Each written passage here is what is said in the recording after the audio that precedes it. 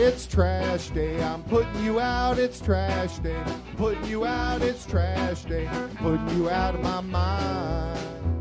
It's trash day, I'm putting you out, it's trash day. I'm putting you out, trash day. I'm putting you out of my mind. Now I'm gonna clean up, now I'm gonna clean up, now I'm gonna clean up the house. I'm taking all your garbage, taking all your garbage, taking all your garbage. It starts with some beer, so you shouldn't have fear. Two garbage guys with facts, but they both still have tact. It's that time at last for the best damn podcast. It's Can Crusher Day. And good afternoon. I'm drinking by myself today because when it rains, it pours. Paul and I are kind of on different schedules this week because I have a few other random things to take care of at work. While Paul continues to be a garbage man, I have to take care of a community pool. Nonetheless, it literally rained today, and it's just upsetting. And this is a podcast about wrestling and not about work. So I'm going to drink a beer, and it's going to be a Miller Lite, and we're going to get into wrestling. But first, I have to tell you, as soon as I walked in the door, I have a dead bobblehead. A dead bobblehead on the ground, in pieces, autographed bobblehead of Jack Wilson from the Pittsburgh Pirates. A son having a heart attack, thinking whatever. I asked him how. He clearly broke it, and he said he was cleaning. So I don't know how he cleans with the shelf that's 5 feet off the ground. But nonetheless, I have a dead bobblehead signed by Jack Wilson that is worth shit now. Nonetheless, that's the way that today is going. So here's a Miller Lite for you. We'll get to wrestling, and then we'll calm down. It's been one of those days. So, we see that Johnny Moxley, Johnny Moxley, Johnny Ambrose recently won the New Japan title, and it's a big deal. It's a big deal. Is that going to be carried over into AEW? Guys, we know AEW and New Japan's working together. It's great. Share a couple titles here, share a couple titles there. It help establish, each the AEW. It'll help establish them until they get their titles rolled around. We know at the next one, All Out, it's Jericho against Hangman Page for the heavyweight title. But just having the New Japan ones in there floating back and forth will do a lot. They really will. Guys, we have another tournament coming up. It's going to start next week. We will bring and break down all the tournament rankings I'm trying to think of. It's been one of those days, guys. Literally just walking in the door, do this podcast. Because I tried not to get it out as late as possible, but it's going to be late today, guys, if you notice. We have a tournament set up for next week. It will be drawn next week. It's going to be another women's one, and it's called Stand By Your Man. If you guys have listened over the last few weeks, you've heard me kind of reference it. I used the Stand By Your Man a couple times a couple weeks ago, but this is women that are powerful, that have just been besides their man all the time. Throw some out there that are just off the top of my head that we have in the hat. You have Elizabeth with Macho Man. You have Sunny with, Chris Candido. You have Woman with Benoit. You have Sherry Martel. I mean, there is a bunch of them that will be in there. We are going to pull 16, though. 16. This way we have a quick tournament like that. Come back and it's a good one. All props. This one goes out to the English professor who thought of this one. I doubled down with him and I said, yeah, that's a great idea. So we should get another women's one going. So Stand By Your Man is what it's going to be called. And we'll pull it next week. And then the following day, we will have, the tournament start. So next Thursday is when we're going to start. Next Wednesday we'll pull, so that's going to make the English professor get to work right off the get. We're back from vacation. As you know, we went down to Kentucky, and we went to a couple OVW events, 2 tapings and 1 combine. Guys, I'm going to leave the combine stuff. We have 2 podcasts dedicated right to the combine. Go back and listen to those.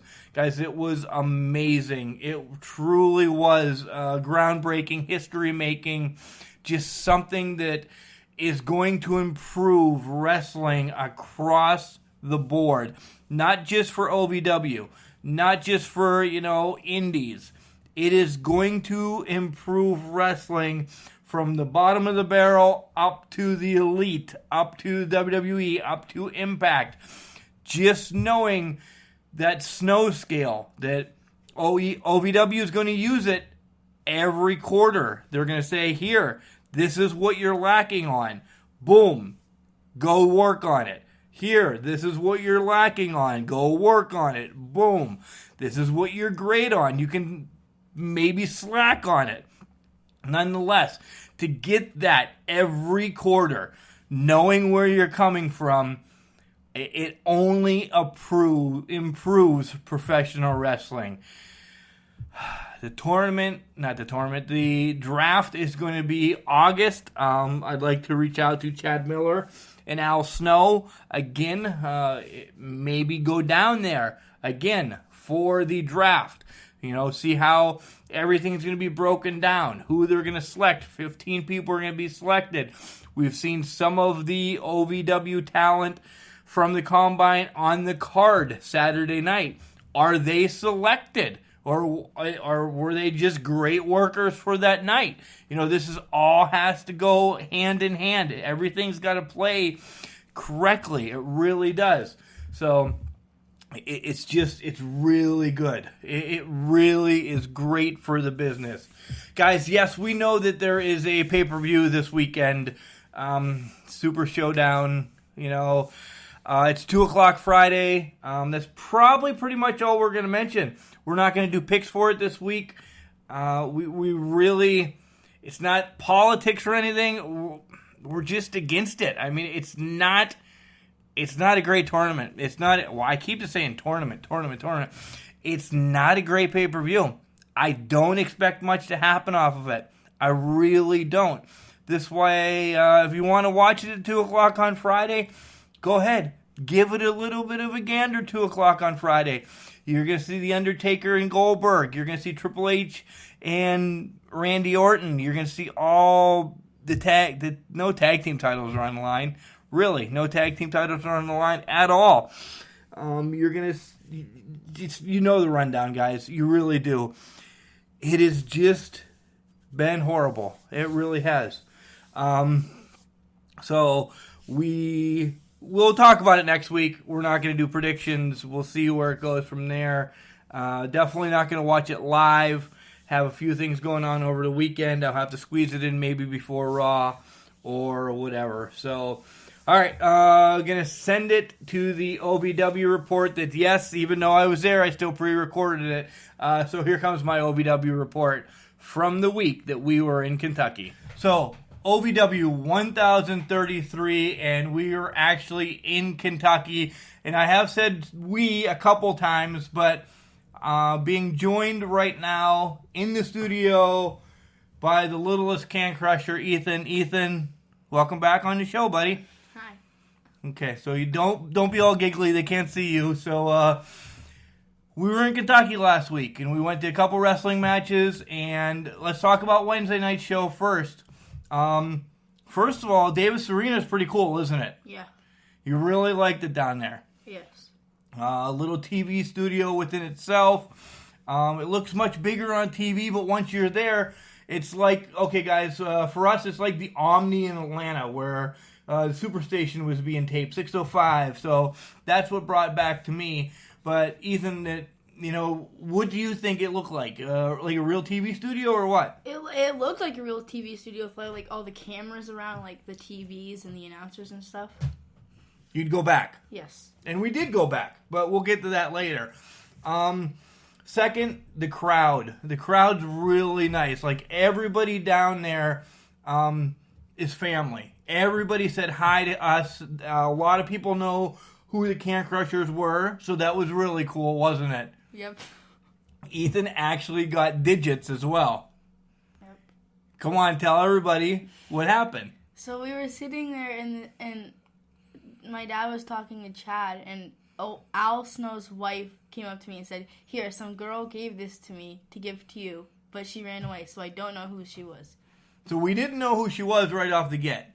But through Instagram and everything, we're not going to mention her name. We're going to keep it. But through Instagram and phone numbers and everything, we found out who she was. And you guys kind of been talking since then, right? Yep. Yep. And pretty nice girl. Yep. So we ran into her sister Saturday night and figured everything out, huh? Yeah. Okay, so on to wrestling. Were you pumped up when the music hit? Yes. It was really awesome. It really was. You know, watching it on YouTube, of course, guys, watching it on YouTube, then actually being at OVW, once you hear that song, you know, you just get jazzed and you're ready to go. So there was a few dark matches, and I'll cover those that you won't get to see.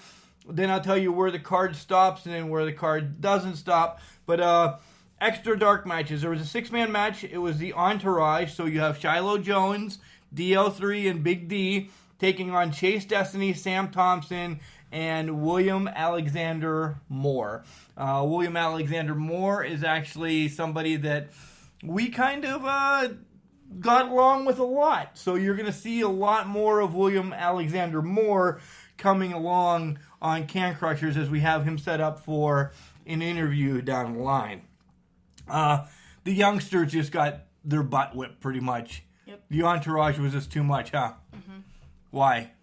Because they were like just wild. Wild? All right. They were wild. Next matchup was Valerie and Thunder Kitty, and they took on Jessie Bell and Callie. And I know there's something that you want to say about this match. What is it? Sexy grandma. What? Sexy grandma. So that chant started, and yeah, I don't know. Sexy grandma. She's 98 years old, and you think she's sexy. Pretending to be. No, she's 98. She'll beat your butt. She'll beat your butt. The heels controlled most of the match, but finally Callie gets hot tag, brings both heels to the ground, and Callie and Val... Callie pins Val with a perfect flex, so nice. Next up, we have Jay Bradley against Big Zoe. Both of these men, big guys, both of these men have been on Can Crushers, so we really didn't know who to root for, and we'll leave it at that. Yeah. But, do you remember who won this one? Jay Bradley. Yeah, with what? A clothesline. Oh. Yeah, you're doing like the cut his throat thing. Yeah. Like, But yeah, he hit him with the boomstick out of nowhere and got that. Mommy really likes Jay Bradley because Jay Bradley's trying to kill me so they can share my life insurance. So I don't know what's going on with that. Next up, you have Ashton Cove with Lutz, and he's going to take on probably one of your favorite wrestlers, Mr. Marvelous. No. You don't like Mr. Marvelous? You love his song. I do. It's just... This was a quick match. It really was. Mr. Marvelous won with a Russian leg sweep. Boom. Puts his robe back on and leaves. The announcers come out and you have the announcement of the Combine as it was pre-Combine. And then you're starting the show. And you have William Lutz with Cove again taking on Corey Storm.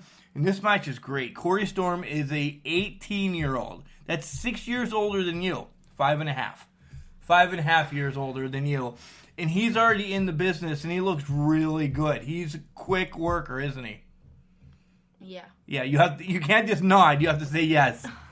Corey Storm gets the win by stomping on the back of his head. Lutz was standing there, and Storm jumped off the top rope and stepped on his head, more or less. Just like a curb stomp, literally to his head while he's standing up.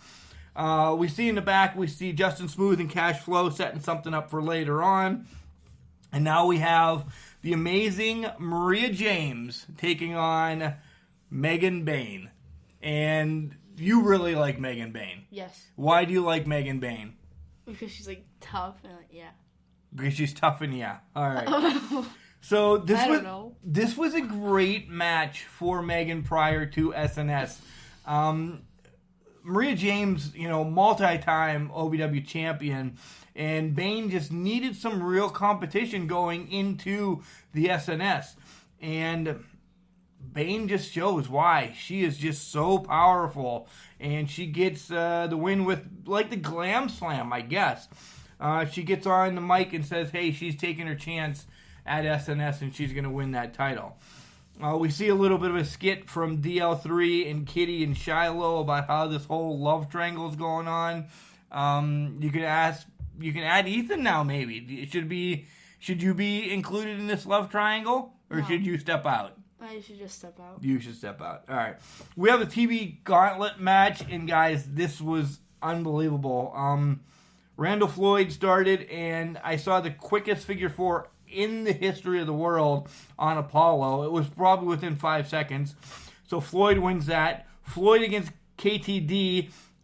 Floyd, once again, gets the figure four.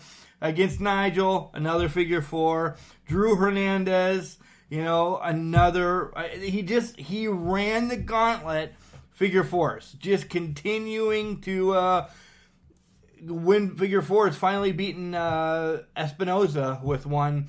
And Floyd was a little bummed or beat up at the Brandon Espinoza one, but Espy was dropping knees and missing them, so he was hurting himself more or less, and Floyd just capitalized on that. A promo was played for Omar Akbar. We see him on Saturday night. And then we have our tag team main event of the TV show. And it's Cash Flow against Justin Smooth against Dustin Jackson and Michael Hayes. And this was a big match. Like, the kids right in front of us were screaming and screaming and screaming and screaming and screaming. And my goodness, the whole fan base was going nuts. Yes. Yeah. Ethan says yes. He's got so much great commentary this week that he's just going to only get 1 or 2 words in. You saw the faces just did not get along. The heels were getting along great until later on in the match. Nonetheless, Hayes hits the dishonorable discharge for the win, and that's the way that the show ended. But of course, there were still more dark matches. Freddie Hudson took on Christian James. A nice float over suplex by James, but Hudson gets out of it and then rolls up. James gets the roll-up victory. My notes are horrible from here. A tag team match was Kyle Roberts and Amon against King's Ransom. And we love Amon. We really love Amon. We like the meanness of him, but we like the gentle side of him later on, right? Yep. But King's Ransom have been great to you. They were giving you high fives. They think you're pretty cool. They like your hair. They want to get you to get dreads like them. Oh? Yeah? No? You don't remember them saying that to you? I do. It's just, I don't want dreads. Why? You would look good in dreads. It would look weird. This match ended weird as Amon wouldn't get out of the ring and the ref DQ'd him, but King's Ransom didn't care. They just destroyed them anyway. Really did.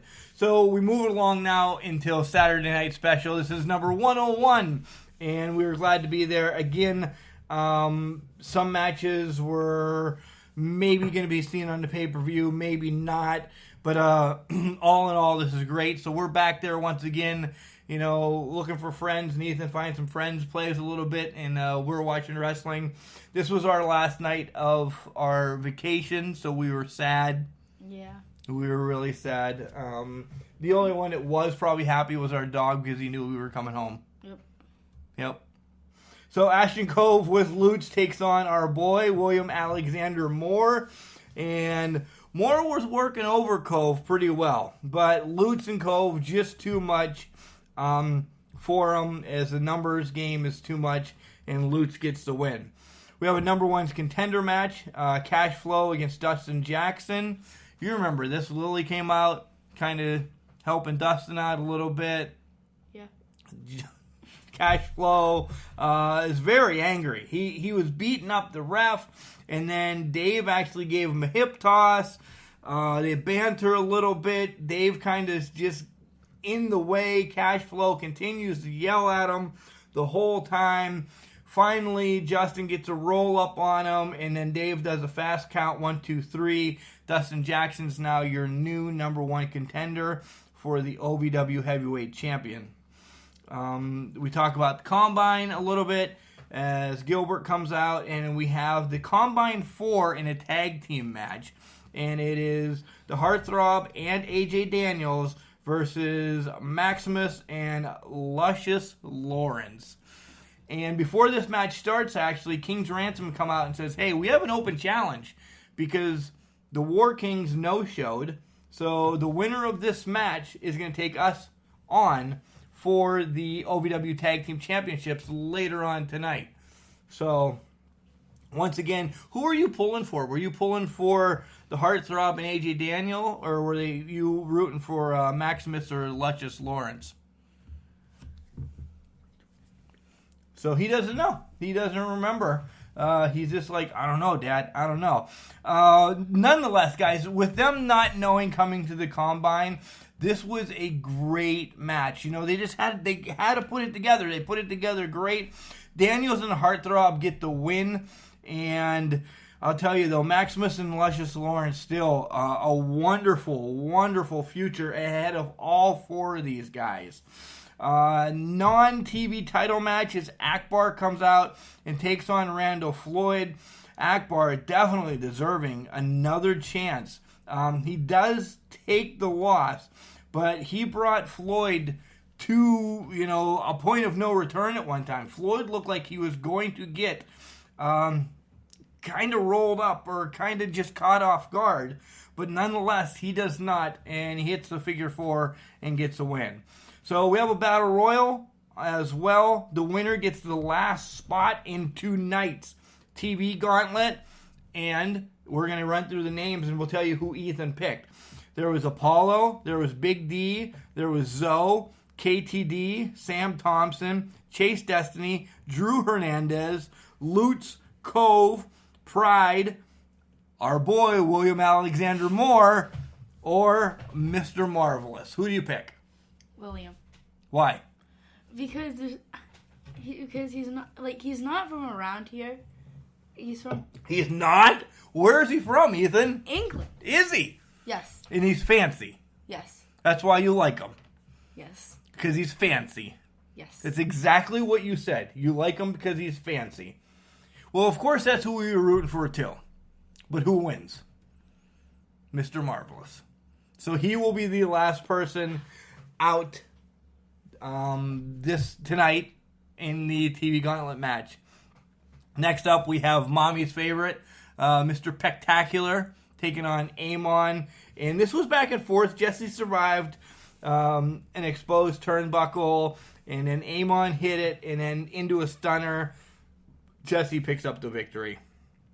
The King's Ransom comes out, OVW tag team match. It's Heartthrob and AJ Daniels against King's Ransom. This is great opportunities for these young kids, don't you think? Yeah. But guess what?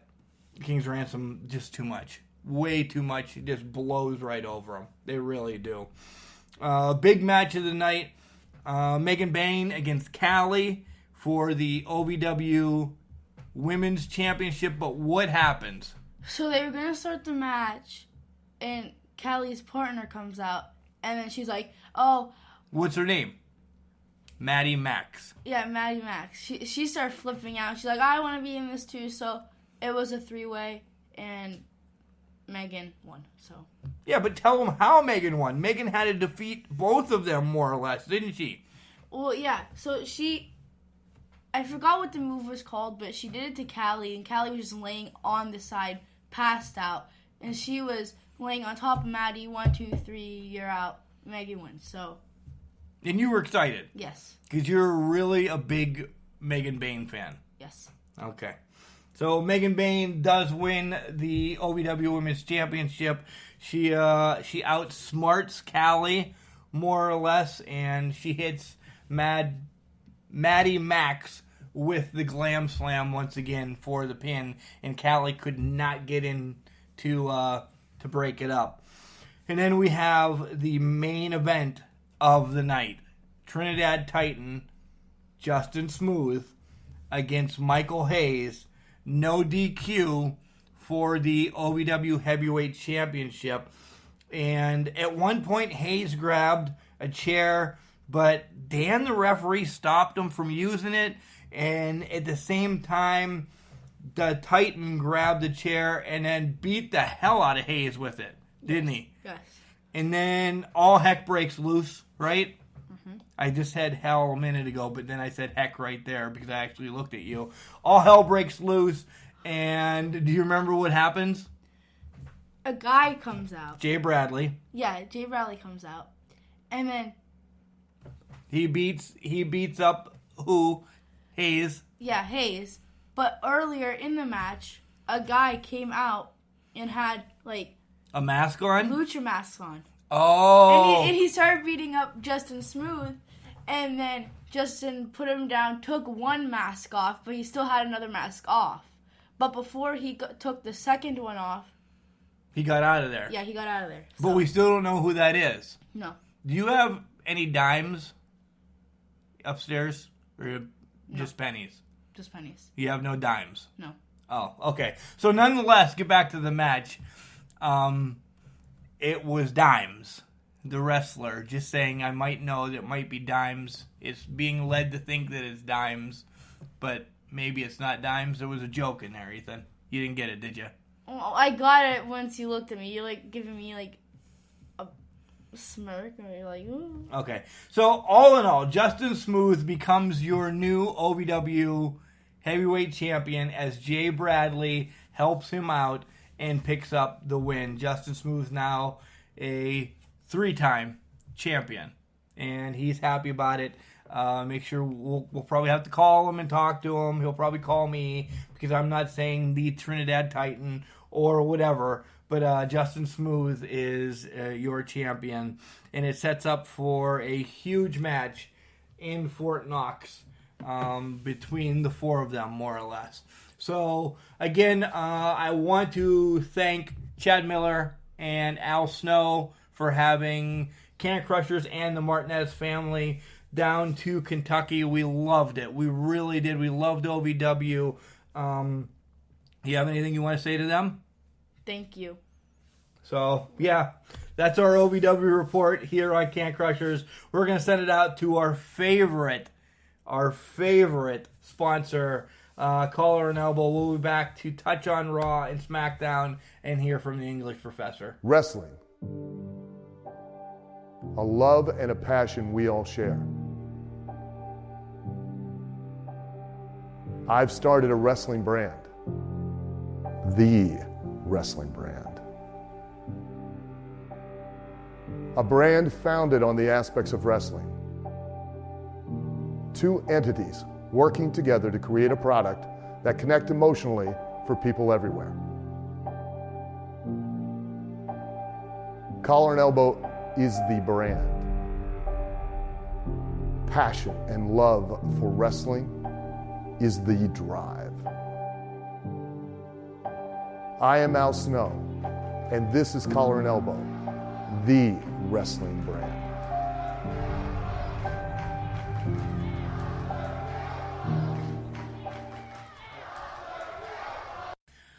Raw and Smackdown. What can I say? I fell asleep at 8:30 Monday night and not giving a crap about watching Raw or Smackdown. Well, at least Raw on Monday. Because it has just been that the WWE has not put out anything. Like, I am probably, if you're going to go by the three Can Crushers, myself, Paul, and John, I am the one that will continue to give benefit of the doubt that something's going to happen, something's going to happen, something's going to happen. And they had tapped out. Paul, you can see Paul's tapped out. Sometimes he doesn't watch for weeks, but he'll come on the show and he'll talk with notes and everything that I give him. John is very frustrated. He tapped out for years. Kind of getting back in for his boy. I've really never gone away. I've been there. But this week, with tiredness, with anything, I went to bed. And I didn't care. I didn't care till the next morning. I got on Bleacher Report. I read about it. Of course, yes, I DVR'd it. I mean, come on, I'm still a mark. I'm still going to find time to watch it. But I'm one that sporting events should never... I don't want to watch them on replay because social media is out there now, folks. So you're getting our recap of it when you listen to our podcast of what we thought, that you can throw your 2 cents in and banter with us and go back and forth. We're a recap show, but we're looking for you to say something as well, and we all do, and wrestling is just this mind-boggling thing, but Raw just puts you to sleep anymore. Really, the biggest thing on Raw for me was the Funhouse. That is where, after zipping through stuff and seeing, what happened, I'm more worried about what's going on with the Fire Fun Family Funhouse with Bray Wyatt. Other than that, we have a 6-man match to start half an hour into the show with Roman and Shane and Drew and the Revival and the Usos. And, alright, so Roman lost. Well, Roman didn't lose. The Uso lost. Rollins and Miz talking about Brock cashing in. That's what was the whole show about, was Brock cashing in. Brock cashing in and pushing Super Showdown down our throats so they get more buy rates and more hours on a random Friday at 2 o'clock, that when real wrestling fans are working to make their money, to pay for the $9.99 WWE Network. That's when we're working. I understand, yes, you're going over and you're getting a cash grab over in Saudi Arabia from a prince that's giving you $500+ million. That's how you're getting Goldberg back. That's how you're getting The Undertaker to have his WrestleMania match now instead of at WrestleMania, because they are just throwing money at you. And you're just going to continue to go over, but you have talent that does not want to go over because they don't support anything that's going on over there. And now you just have talent blatantly saying, we just don't want to go. That's it. We're tired of this. Great. I could work and get 7-figure check for that day. I can get a this. I can get a that. Give me a break. Give me a Kit Kat bar because I don't want anything to do with that. And that's where it's going. And you're already promoting Stomping Ground before you have what is supposed to be a WrestleMania equivalent pay-per-view. And you're already giving us matches saying that what really is going to happen in Saudi Arabia is we're going to shit on the mat and the Arabian Prince is just going to pay for it all. And we really don't care. Because we're going to have Triple H against Randy Orton for the umpteenth time. Great. You're going to have The Undertaker against Goldberg. First time ever. It would have been amazing if it was 1999. Rewinding everything 30 years, bro. 20 years, bro. 10 years, bro. Whatever. Is just not doing it. And again, it's 2 o'clock in the afternoon. I will be driving to Pittsburgh. Well, I'll be getting off work, showering, and then driving to Pittsburgh to hang out with friends and family. I don't need to watch that. I don't want to watch that. I've seen enough Lars Sullivan beating the snot out of the Lucha Underground House Party, whatever they're called. I don't need to do that. I don't. So I just told you everything on Raw, what is there. So there's really nothing big going on in WWE right now. If you have watched anything since WrestleMania, this is what you've seen. Now, when I get to SmackDown, I have one note that I'm like, okay, I'm glad to see that. I am glad to see that, which means there's going to be somewhat of a subtle change here in the future. But on the same note, it's about one person. So what I'm going to say is going to make everybody say, yep, and it would piss off the WWE. I wish there would be an off season for the WWE. They need time to give their writers time off. They need time to let their talent freshen up and maybe get some ideas of their own. They just need time away. And they really do. Or give the main eventers that you continue to push down our throat, as I've talked to a couple people even at the Combine about this, about that at one point 13 wrestlers were being used on both shows. Well, you have 48 others not being seen. Where's the Raw Tag Team Championships since Hawkins and the other guy has them? Where is the War Experience, God Raiders, Viking Men of War, Ship Beast Men, whatever? Where are they? They're nowhere to be found. If you're going to do this wild card rule, it really needs to be across the board for everybody. Once you use your wild card, you're done. Because Roman Reigns has used a whole flippin' deck of wild cards already. Again, that's all this was for, is for Roman Reigns to be on both shows and to get ratings. And I don't care. Again, just running through this, the Rey Mysterio giving up the U.S. title was nice. I understand he really is hurt. He really is going to have time off. Like how he said, wrestling is our family, wrestling's in our blood. He's setting a good example. I liked that. This could lead to more. There's a storyline built into this if Ray does come back with Joe. It could transition over to Dominic if he really is being a wrestler. There's something there. It is a legit storyline now. And then him having to give it up because maybe his shoulders weren't down, Joe's shoulders weren't down, or whatever. There's just nothing there. An arm wrestling match, guys, it's not that good. It really wasn't. My favorite arm wrestling match was Over the Top. Watch the movie. Alexa Bliss comes out with Nikki Cross, and they kind of have a weird friendship right now.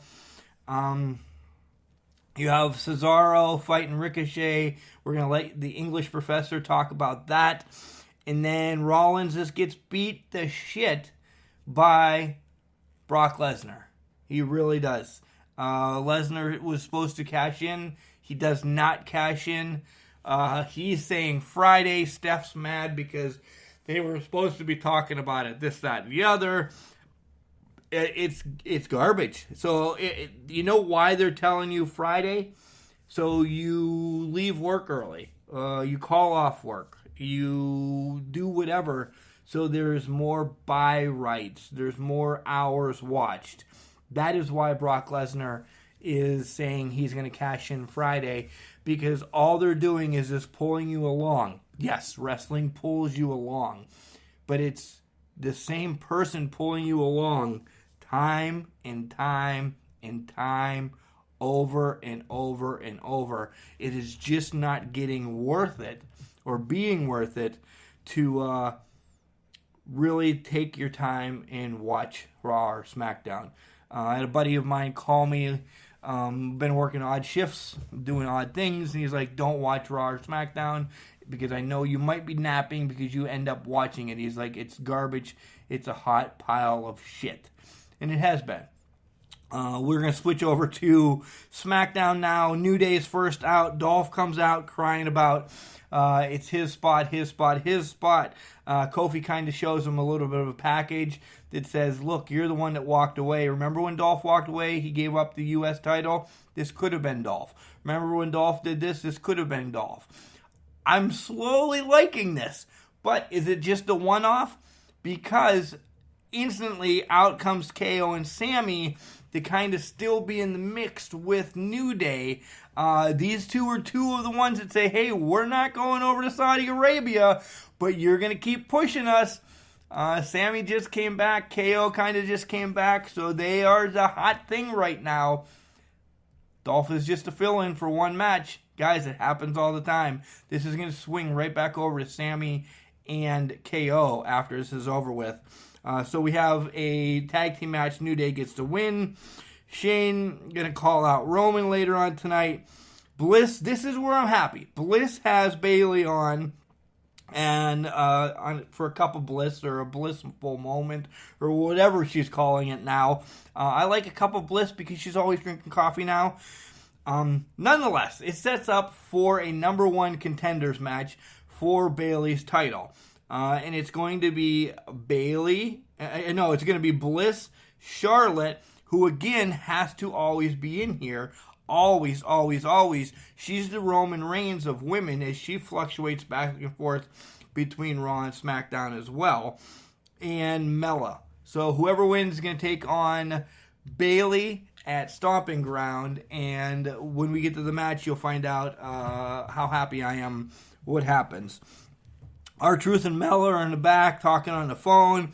Elias is in the ring. There's going to be a 24/7 championship lumberjack match, but the lumberjacks can't be involved in the match. So the rules of this title continue to change week in and week out, because if it's 24/7 against anybody, no disqualifications, this, that, or the other, and now you twist the lumberjack, all these lumberjacks should be able to be involved in the match as well. Not that I'm pushing for this title because it sucks. Elias wins, so R-Truth can take a break. And instantly everybody after the match runs in and gets on Elias. They're fighting all over the place. He sneaks out from underneath. R-Truth and him collide, hit heads on the outside. They go under the ring, and R-Truth is now your 24/7 champ all over again because he pins Elias underneath the ring. Alistair in the black, he's waiting for somebody to fight him. Yeah, Alistair, we're waiting for somebody to fight you too. It's just called anybody, because we would rather see you do some of your cool stuff on TV compared to anything that's been on TV. Yeah. So I'll fight Aleister Black if I have to, if it'll help get him on TV. Shane comes out with the Revival, blah, blah, blah. More stuff about the Super Showdown. Shane versus Roman at the Revival. He's going to make him tap, blah, blah, blah. Garbage. Hot garbage. Mella versus Flair versus Bliss. And this is where I'm happy, guys. This is Bliss's kind of coming out match. She took some bumps that she hadn't in a little bit, so she looks better. And she got the win. You know, throw away that she's a Raw superstar on SmackDown, getting the title shot, the wild card that you can just stick up your hind end. It doesn't matter. Bliss looked good in this match. And for Bliss to be back, as much as some people don't like her, Bliss is needed. She adds just that little bit extra in the women's division. You know, she's spiteful, she's cocky, she's little, she's arrogant, she's whatever. She's a ball of energy, and she is definitely needed. And it's great to see that she will be taking on Bayley at Stomping Ground. And I love Bales. I love me some Bales. But I wouldn't be upset if Bliss takes this title from her and they get a little bit of a storyline going, because, God, it would be better than what is going on. Charlotte, please, if you ever listen to this, can we take a step back a little bit and let Mella come in, let Mandy come in, let Sonya come in. Ember Moon has been MIA. Liv Morgan, since the draft or the swap or the flea market meet, whatever we're calling these exchanges anymore, Liv Morgan's been gone. Nowhere to be seen. We know Ruby Riot's on the shelf, hurt. Sarah has been MIA as well, but Liv, nowhere to be seen since the swap meet. Lars gets in the ring and talks with Kayla Braxton, and they should not have done this. Lars does not sound mean whatsoever anymore. Nothing against him, but he had this aura of being a tough guy, beating up 3 luchas all the time, because that's all he can beat up is a lucha and a piñata. But now you let him speak, and he's lost everything on the main roster that you had going for him, that it's just nothing. It really was no good to have him speak. I'm really not afraid of him anymore. Nope, not at all. Almas against Cruz, this was nothing. It really wasn't. Almas beat the hell out of Cruz before the match. Finn comes out and gets an upper hand, and maybe just setting up for their match at SuperShow Down in Saudi Arabia. And then Smackdown ends with Goldberg, blah, blah, blah, Friday, blah, blah, blah, Undertaker, blah, blah, blah, fight. The only Goldberg I really care about is Adam, Barry, and Erica. Maybe Mom in her sweaters. I don't care. Taker showed up, they faced each other, and that was it. Guys, Super Showdown, 2 o'clock, WWE Network, Friday. If you watch it, call in and tell us what the hell happened, because we probably are not gonna. Here comes the English professor. In the weeks leading up to their WrestleMania 12 Iron Man match for the WWF Championship, Bret Hart and Shawn Michaels shared with us their workout regimens and pre-recorded promos in which they also exchanged threats and insults. "That Mexican-style wrestling's enough to make you sick," Hart said, referring to Michaels' high-flying technique and also to the fact that Jose Lothario was Michaels' quarterman. As much as I hate him, Michaels can never be relegated to one style. He was way too talented to be described simply as a Mexican-style wrestler. We tend to think of risky acrobatic moves by men in colorful masks when we think of Mexican wrestling. But usually when we watch a Mexican-style wrestling match, we're watching 2 athletes or 2 teams who are similarly built and display homogeneous repertoires. Although he's a native Californian, Rey Mysterio is considered a great Mexican-style wrestler. What makes him great is his ability to incorporate his high spots into a match with almost anyone, but also his propensity to adapt to the style of his opponent if his opponent's style differs. Moreover, Mysterio's mysterious blue eyes give his body a much-needed break by helping to tell their portion of the story. Mysterio's eyes can show uncertainty, determination, pain, and joy. Mysterio also uses his body language to communicate with the crowd, or to mock or show aggression to his opponent. In other words, Rey Mysterio is a great wrestler, Mexican style, high flyer, or otherwise, because he uses all of his attributes to entertain the fans. I don't know what you call Ricochet's style, but I'll borrow the phrase from my all-time favorite wrestler. It's enough to make you sick. Please believe me, Can Crushers listeners, I've tried to like Ricochet. I wanted to like Ricochet. He seems like a nice guy with incredible athletic ability. When he wrestled his final match in NXT and the fans chanted, "You deserve it," in regards to his promotion to the main roster, Ricochet was sincerely moved. But his size and moveset make me think he'd be suited for a circus more than Doink the Clown.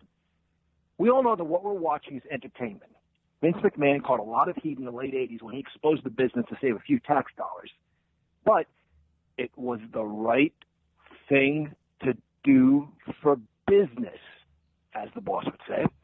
Not just because it saved money, but it opened the door to a limitless pool of possibilities. Now, a guy who was a garbage man, a repo man, a tax man, a model, or a Canadian mounted police officer could all become a wrestler. More importantly, it allowed a wrestler who had been beaten by 30 opponents and placed in a coffin to ascend to heaven and return from the dead many months later. But in the end, regardless of all the deals designed to make Vince McMahon a gobjillionaire, despite Vince's secret desire to be the love child of P.T. Barnum and Walt Disney, notwithstanding the demands of the shareholders, we fans still tune in to see fights. I have a friend, just a year older than I, who still uses the word fights to refer to professional wrestling matches. I turned on YouTube the other day to watch some old fights. No one would ever fight the way Ricochet performs. His style is not conducive to any kind of fighting, even if we are to suspend disbelief in this wacky world of professional wrestling. Perhaps you'll suggest there were wrestlers in every era who did things no one would logically do in a fight. Why did Antonino Rocca do all of those forward rolls and jump up and down? Why would the Superfly leapfrog his opponent, literally jumping over his adversary's foot just to avoid a move? And if the backbreaker was so crippling as to render a man motionless, why bother climbing the ropes for the Superfly splash? Who climbs on top of stuff and jumps off of it during a fight? But in these examples, there was one means to one end. Antonino Rocca rolled towards his opponent to administer a hold or a move, or he rolled backwards to evade his foe's offense. Superfly Snuka would jump once to avoid one move. And maybe he wouldn't climb a wall during a fight, but Snuka climbing the ropes was one act in hopes of accomplishing one move. It wasn't a series of gymnastics designed to maybe land a move, maybe have that move blocked, or maybe lead to another series of gymnastics. Ricochet rarely works up to these high spots. Instead, as we saw in his Raw match against Cesaro, he goes right for the tightrope act from the opening bell. Sometimes at an audition, an actor, desperate to catch a director's attention, will start his monologue screaming and ranting rather than working towards an emotional payoff. As a fan, I don't know if Ricochet's timing was off in applying these moves or if Cesaro failed in receiving them. But what transpired was a sloppy mess that could not be saved regardless of the number of oofs, ohs, and oohs from the commentary table. When the pacing changed to give Cesaro the upper hand, Ricochet was exposed as one-dimensional. Say what you will about Roman Reigns, he can take and sell a beating better than just about anyone on the roster. I saw very little, if any, of that from Ricochet. I didn't see his eyes telling us how he felt, the way Mysterio uses his eyes. What I saw was an actor going through all of the lines in his head to make sure he was saying all the right words, but I didn't see much passion behind those words. Although Ricochet's style is not what I prefer, I thought he was okay in NXT. He was definitely better than what I'm seeing of him on Raw. I don't know why that is, but I've heard enough shoots to know that Vince is a terrible micromanager. Nevertheless, I tune in to watch fights with suspended disbelief. As the Hitman told the Heartbreak Kid, this is not dancing. This is not going to be a dance marathon. In today's English Tip of the Week, let's look at the differences between common nouns and proper nouns. A noun is a person, place, or thing. A common noun names a general person, place, or thing and does not require capitalization. A proper noun names a specific person, place, or thing and does require capitalization. For example, the word name is a common noun and does not require capitalization.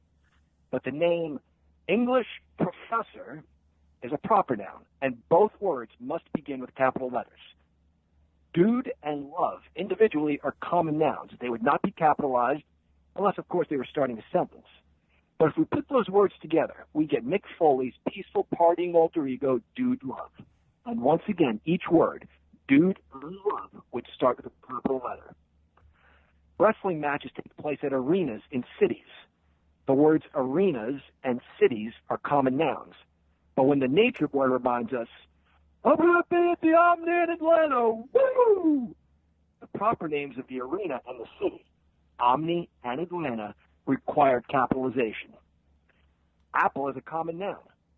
If we're talking about specific apples, like a Red Delicious, we would capitalize the words Red Delicious.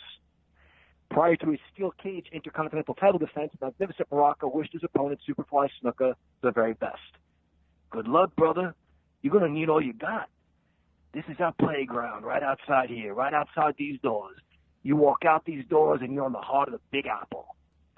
Magnificent is talking about a specific apple, the Big Apple, and therefore Big and Apple are capitalized.